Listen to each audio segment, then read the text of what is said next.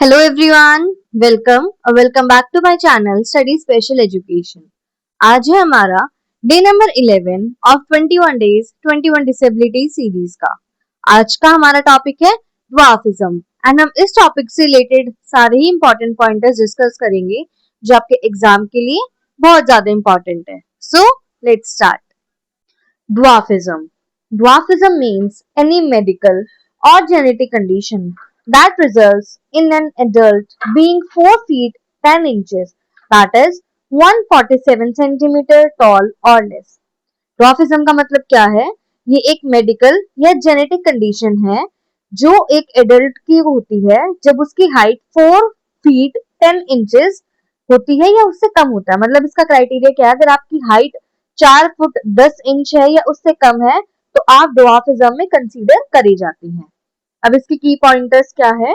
Dwarfism is hereditary. Dwarfism hereditary होता है and occurs due to as a result of medical condition. And ये आपको क्यों होता है? एक मेडिकल कंडीशन की वजह से होता है। We count such a person under dwarfism whose height is 4 feet 10 inches or less. हम उन लोगों को ड्वार्फिज्म में कंसीडर करते हैं जिनकी हाइट 4 फुट 10 इंच होती है या उससे कम होती है। Dwarfism treatment depends on it's severity.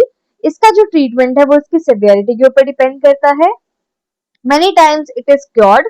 बहुत बारी हम इसे क्योर कर सकते हैं सर्जरीज की हेल्प से, थेरेपीज की हेल्प से, मतलब टू अ ग्रेट एक्सटेंट, मतलब ज्यादा हद तक हम इसको ठीक कर सकते हैं in most of the cases therapies and surgeries की हेल्प से। Due to heredity the bones are affected in it. Heredity की वजह से इसमें आपकी बोन्स अफेक्टेड होती हैं। अब हम इसके कॉजेस कर लेते हैं। कॉजेस ऑफ ड्वार्फिज्म आर, सबसे पहला है कि ये एक जेनेटिक कंडीशन की वजह से होता है। अब हम जो तीनों कंडीशन देखेंगे ये जेनेटिक कंडीशंस ही है। सबसे पहला एकोंड्रोप्लासिया। एकोंड्रोप्लासिया क्या होता है? It is the most common type. ये कॉमन टाइप है सबसे ज्यादा। It is caused by a change in gene.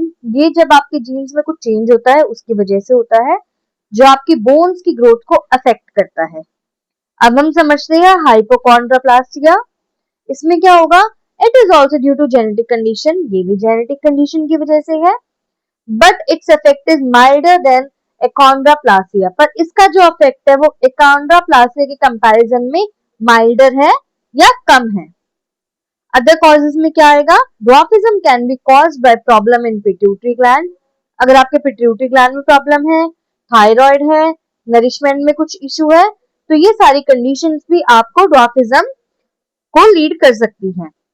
अब हम समझते हैं इसके टाइप्स। इसमें मेनली 3 टाइप्स गिवन है। सबसे पहला एकोंड्रोप्लासिया। ये सबसे कॉमन टाइप है। Limbs are short. इसमें आपके जो लिम्स है वो छोटे होते हैं बट ट्रंक इज नॉर्मल। पर आपका जो ट्रंक है वो नॉर्मल रहता है पर आपके हाथ पैर छोटे रहते हैं। Intelligence is normal. आपकी इंटेलिजेंस नॉर्मल रहेगी। अब हम समझते हैं हाइपोकॉन्ड्रोप्लासिया। हाइपोकॉन्ड्रोप्लासिया क्या है? ये भी सिमिलर होता है एकोंड्रोप्लासिया के जैसे ही होता है बट इसके जो सिम्टम्स है वो थोड़े माइल्डर होते हैं एकोंड्रोप्लासिया के कंपैरिजन में। अब हम थर्ड टाइप करते हैं। इसकी प्रोनाउंसिएशन थोड़ी डिफिकल्ट है, आप एक बार इसकी स्पेलिंग देख लेना। I will try to pronounce it. It is spondyloepiphyseal. It is very difficult, please इसकी स्पेलिंग देख लेना आप। इसमें क्या होगा? In this type spine and limbs are short. आपका जो स्पाइन है एंड आपके जो लिम्स है वो छोटे होते हैं। There may be irregularities in the spine and इसकी वजह से आपकी स्पाइन में इरेगुलरिटीज भी हो सकती हैं। सो ये थे आपके 3 मेजर टाइप्स ऑफ ड्वार्फिज्म। इसमें एक नोट गिवन है, all types of dwarfism do not affect intelligence. सभी तरीके के ड्वार्फिज्म आपकी इंटेलिजेंस को अफेक्ट नहीं करते हैं। So this was the first page of dwarfism जिसमें हमने इसकी डेफिनेशन समझी, इसके की पॉइंटर समझे, हमने इसके कॉजेस समझे एंड हमने इसमें इसके टाइप समझे। अब हम चलते हैं अपने सेकंड पेज की तरफ जिसमें हम सबसे पहले समझेंगे कैरेक्टरिस्टिक्स या फीचर्स ऑफ ड्वार्फिज्म। सबसे पहला कैरेक्टरिस्टिक क्या होगा कि इसमें आपकी हाइट छोटी होती है, 147 सेंटीमीटर या उससे कम, या हम कह सकते हैं 10 फुट या 10 फीट 10 इंच या उससे कम। Shortening of arms and legs. इसमें आपके आर्म्स एंड लेग्स छोटे होते हैं। Large head in comparison to body. आपका जो हेड है वो बड़ा होता है बॉडी के कंपैरिजन में। आपकी जो इंटेलिजेंस है वो नॉर्मल रहेगी मोस्ट ऑफ द केसेस में। The body proportions are different, आपका बॉडी प्रोपोर्शन थोड़ा अलग होता है। There may be problems in walking and running, आपके चलने और भागने में दिक्कतें हो सकती हैं। इसमें एक इंपॉर्टेंट पॉइंटर गिवन है, dwarfism is not a disease, dwarfism एक डिजीज नहीं है बल्कि एक कंडीशन है। अब हम इसके सिम्टम्स देखते हैं। सबसे पहला सिम्टम है difficulty in hearing and speaking, आपको सुनने में और बोलने में दिक्कतें हो सकती हैं। नो टो शेप, आपके टो की शेप नहीं होती है। Broad and round thorax, thorax क्या होता है, चेस्ट होता है कि आपकी स्पेरिकल या राउंड चेस्ट होती है। Shortening of legs and arms, आपके लेग्स और आर्म्स छोटे होते हैं। शॉर्टनिंग ऑफ द नेक, आपकी गर्दन छोटी होती है।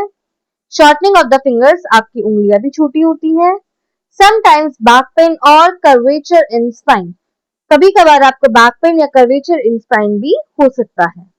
फटीग व्हाइल वॉकिंग, आपको चलने में भी थकावट महसूस हो सकती है। सो ये थे आपके ड्वार्फिज्म के symptoms. Now we'll understand diagnosis and identification. इसका डायग्नोस कौन करेगा?